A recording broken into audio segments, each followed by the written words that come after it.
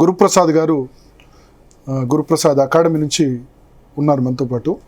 So Nifty all time high దాదాపు 2024 September 27న all time high touch అయిందంటే మళ్ళీ దాదాపు 14 నెలల తర్వాత 289 ట్రేడింగ్ సెషన్ల తర్వాత ఆ మార్క్ రీచ్ అయ్యేందుకు అంత సమయం పట్టింది. సో మాట్లాడదాం గురుప్రసాద్ గారితో. గురుప్రసాద్ గారు, చాలా 289 ట్రేడింగ్ సెషన్స్ 14 నెలలు పట్టింది ఆల్ టైమ్ హై మళ్ళీ టచ్ అయ్యేందుకు. నాకు తెలిసి బహుశా ఈ మధ్యకాలంలో ఇట్లా జరగడం అన్నది ఇదే ఫస్ట్ టైం అనుకుంటాను. ముందు మన ఇద్దరు ఒక ఛాలెంజ్ చేసుకున్నాము, ఆ ఛాలెంజ్లో నెగ్గానే లేదా? ఎస్, ఇయర్ ఎండింగ్ లోపు వస్తుందన్నారు. వస్తుందని 25 అంటే మరీ అంత గాఢంగా ఛాలెంజ్ చేయలేదు, 90% రావచ్చు అని చెప్పారు. బ్రేక్ అయింది. It's a very good sign sir మన ఇండియన్ మార్కెట్కి. ఎందుకంటే ఒక ఎగ్జిట్ వచ్చిన తర్వాత ఇంత తొందరగా ఒక ఎంట్రీ అవ్వడం అనేది ఇట్స్ అ మిరాకిల్. ఎందుకంటే మన ఎకనామీ, మన ట్రెండ్ అంత స్ట్రాంగ్గా ఉంది. అయితే ఒకే ఒక కన్ఫర్మేషన్ రావాలి, ఈ ఇయర్ ఈ 2025 ఎంత వస్తుందో డిసెంబర్ 31వ తారీఖు లోపు ఆ బ్రేక్ అయితే ఇక మన ఇండియన్ మార్కెట్కి తిరుగులేదు. ఎప్పుడు డిసెంబర్ 31 వరకు అంటే ఎంత టచ్ కావాలి అంటే ఇప్పుడు ట్రేడింగ్ జరుగుతుంది, ఇంకా వచ్చి ఈరోజు వచ్చి 20 ఇంకా అయిపోయింది. డిసెంబర్ ఫస్ట్ కరెక్ట్గా ఇంకా 20 ట్రేడింగ్ సెషన్ ఉంది. డిసెంబర్ 31వ తారీఖు లోపు ఎంత వస్తుందో ఆ బ్రేక్ అయితే స్టాక్ మార్కెట్లో, మన ఇండియన్ మార్కెట్లో మనం భయపడాల్సిన పని లేదు. సో ఇప్పుడు మీరు అన్నారు డిసెంబర్ 31 నాడు ఒక బ్రేక్ అయితే ఇంకా తిరిగి ఉండదని. అవును, అంటే అంటే ఎంత 26,200 ఇప్పుడు ఉంది, 27,000 దాకా వెళ్ళాల్సి ఉంటుందా? మనకు ఒక లెవెల్ ఉంది సార్. యాక్చువల్గా వచ్చి ఈ ఇయర్ వచ్చి కొన్ని లెవెల్స్ ఉన్నాయి. ఆ లెవెల్స్ వచ్చి యాజ్ పర్ రూల్ వచ్చి మనకి టచ్ అవ్వాలి. ఆ లెవెల్స్ ఏంటనేది చెప్పేస్తాను.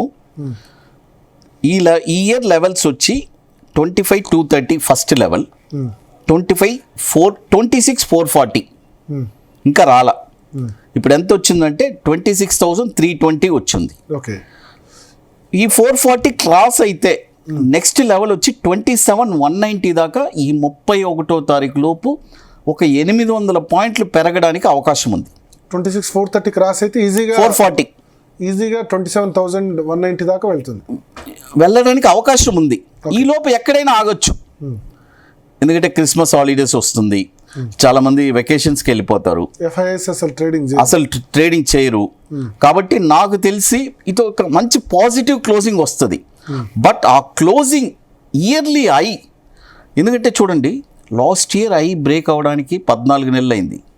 మరి ఈ 31 డిసెంబర్ లోపు వచ్చే చాలా ఇంపార్టెంట్. వన్స్ మళ్ళీ గురుప్రసాద్ గారు ప్రతిసారి ఏదో ఒక అంటారు, కాదు అలా అనను. ఇదే లాస్ట్. ఈ 31వ తారీఖు లోపు వచ్చే బ్రేక్ అయితే మార్కెట్ నెక్స్ట్ 4 ఇయర్స్కి టార్గెట్స్ 34,000, లాస్ట్ టైం చెప్పిందే సేమ్ 34, 42, 54. 4 ఏళ్ళు 54,000 దాకా వెళ్ళే కూడా ఛాన్స్ ఉంది. 3 ఏళ్ళలోనే కూడా వెళ్ళొచ్చు, డబుల్ అవుతుంది డెఫినెట్గా. 34,000 విత్ ఇన్ 1 ఇయర్లో వెళ్ళొచ్చా? ఛాన్స్ మేబీ వెళ్ళొచ్చు, ఒక 18 monthsలో వెళ్ళొచ్చు సార్. ఎందుకంటే మన స్టాక్స్ ఏది పెరగల. చూడండి అందరు పోర్ట్ఫోలియోలు నెగిటివ్లో ఉంది, కానీ స్టాక్ మార్కెట్ వచ్చి పీక్లో ఉంది. అప్పుడు మీరు ఆలోచించండి, నిఫ్టీ వచ్చి ఒక పాయింట్లో నిలబడి ఒక్కొక్క స్టాక్ 100 నుంచి 200% రిటర్న్స్ ఇవ్వబోతుంది. ఇది వండర్ఫుల్గా చూడబోతారు అందరూ next with in couple of 18 to 24 monthsలో. ఇప్పుడు బాటంలో ఏమేమి స్టాక్స్ ఉన్నాయో సార్ అవన్నీ వచ్చి చాలా ఎలా చెప్పాలంటే అయిన గోల్డ్ డైమండ్స్ అని చెప్తాం. బాటంలో ఎన్నో స్టాక్స్ ఉన్నాయి. కానీ ఎందుకు మీరు అన్నట్టు నిఫ్టీ ఏమో ఆల్ టైమ్ హై ఉంది, అందరి పోర్ట్ఫోలియోలు ఏమో నెగటివ్లో ఉన్నాయి. Mid cap index almost all time high touch అయింది, ఒక స్మాల్ క్యాప్ ఇండెక్స్ 10% లెస్లో ఉంది. నిఫ్టీ 50 ఆల్ టైమ్ హై అయినా ఎందుకు పోర్ట్ఫోలియోలు నెగటివ్లో ఉన్నాయి? ఇక్కడ ఒక డిఫరెన్స్ చెప్తాను సార్.